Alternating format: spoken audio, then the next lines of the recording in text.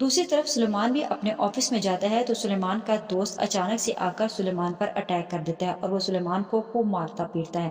Doctor ثانیہ doctor ربینہ کی hospital میں residency پر موجود ہوتی ہے کہ سلیمان کے دوست سلیمان کو اٹھا کر اسی ہاسپٹل میں لے آتے ہیں۔ ثانیہ جیسے ہی دیکھتی ہے سلیمان کو تو وہ اس کے اسٹریچر کے ساتھ سلیمان کو لے کر بھاگتے ہوئے ایمرجنسی میں لے جاتی ہے۔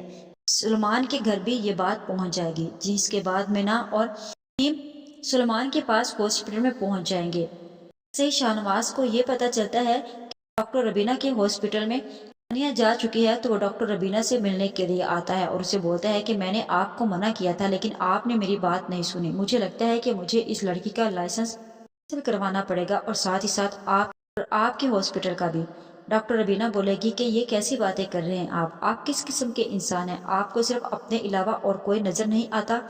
شاہنواز ڈاکٹر ربینہ سے بولتا ہے کہ میں نہیں چاہتا کہ میرے گھر کی بہو اس ہاسپٹل میں کام کرے، حالت دیکھی ہے اس کی۔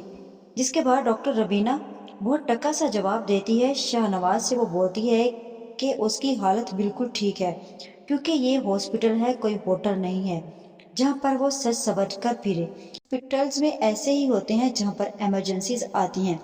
جس کے بعد سلیمان کا بھائی بھی وہاں پر آ جائے گا اور سلیمان کی ماں اس کو دیکھ کر اس کے گلے لگے گی اور اسے بتائے گی سلیمان پر اس کے دوست نے کسی نے اٹیک کیا ہے، دعا کرو کہ تمہارا بھائی ٹھیک۔ پھر سلیمان مینا سے اس بارے میں پوچھنے کی کوشش کرے گا تو مینا کو موقع مل جائے گا کہ وہ فیضان کو خوب سنائے۔ وہ اسے بولے گی کہ تمہیں ڈاکٹر امبر سے فرصت ملے گی تو تمہیں کسی بات کا علم ہوگا نا کہ کیا ہو رہا ہے۔ میں نے تمہاری ساری باتیں سننی تھی ڈاکٹر امبر کے ساتھ جو تم کر رہے تھے۔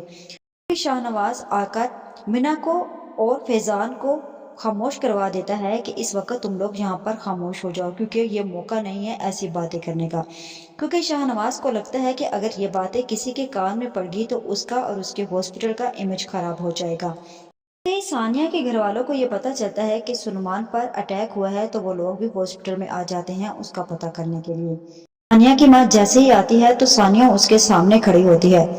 اسے اتنا غصہ ہوتا ہے کیونکہ ڈاکٹر شاہنواز ثانیہ کے گھر اس کی ماں کو پٹیاں پڑھا کر آیا ہوتا ہے، جہاں پھر ثانیہ کی ماں کو لگتا ہے کہ شاید ثانیہ اپنے ڈاکٹرز کی ڈگری کو ختم کر کے ایک ہاؤس وائف کی ڈگری حاصل کر لے۔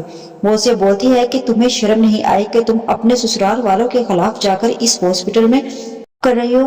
تمہیں بہت شوق تھا نا اپنے سسرال والوں کے خلاف جا کر اس ہاسپٹل میں جاب کرنے کا؟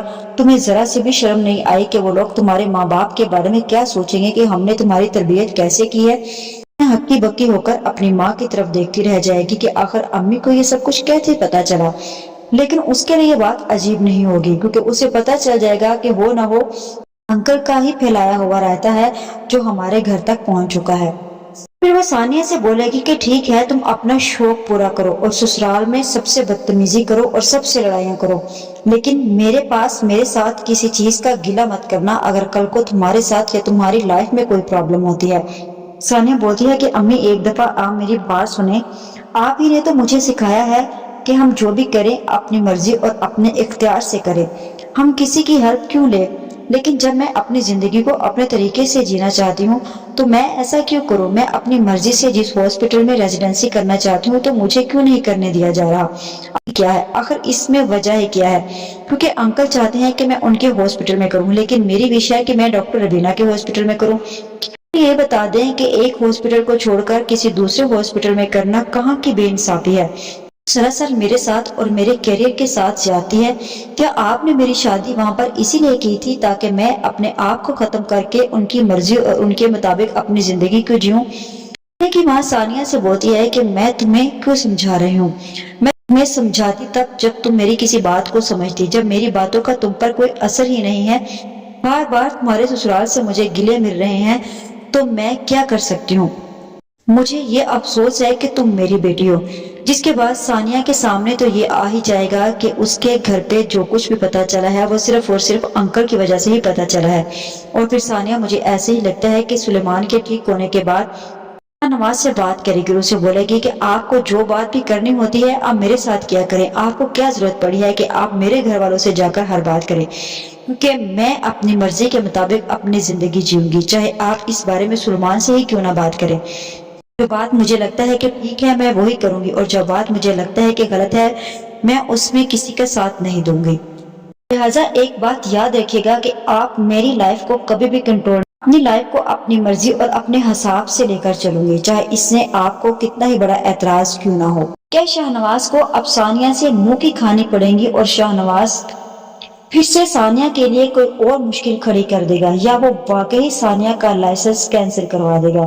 آج کی ویڈیو کا اختتام یہیں پر کرتے ہیں، مزید اس بارے میں نیکسٹ ویڈیو آنے پر ڈسکس کریں گے۔ ویڈیو اچھی لگے تو چینل کو سبسکرائب کر دیں، ویڈیو کو لائک اور شیئر کرنا مت بھولیں۔